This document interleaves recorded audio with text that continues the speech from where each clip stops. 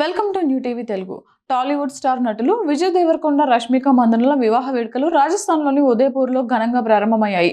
ఫిబ్రవరి 26న వీరిద్దరూ 7 అడుగులు వేయనుండగా pre wedding వేడుకలు జోరుగా సాగుతున్నాయి.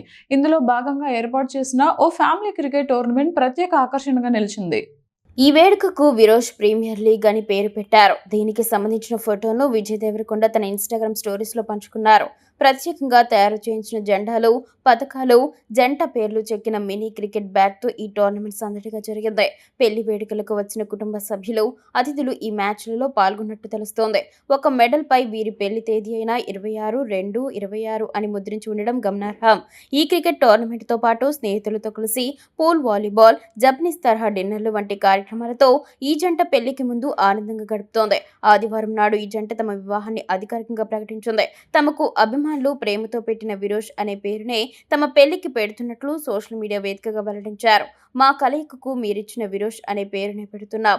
మీ ప్రేమకు ధన్యవాదాలు అంటూ వారు భావోద్వేగ పోస్ట్ పెట్టారు. ఉదయపూర్లోని మెమెంటోస్ బై ఐటీసీ హోటల్స్ వేదికగా జరగనున్న ఈ వివాహ వేడుకకు కేవలం అత్యంత సన్నిహితులు, కుటుంబ సభ్యులు మాత్రమే హాజరు కానున్నారు. అనంతరం స్నేహితులు, సినీ ప్రముఖుల కోసం రిసెప్షన్లు ఏర్పాటు చేయనున్నట్లు సమాచారం.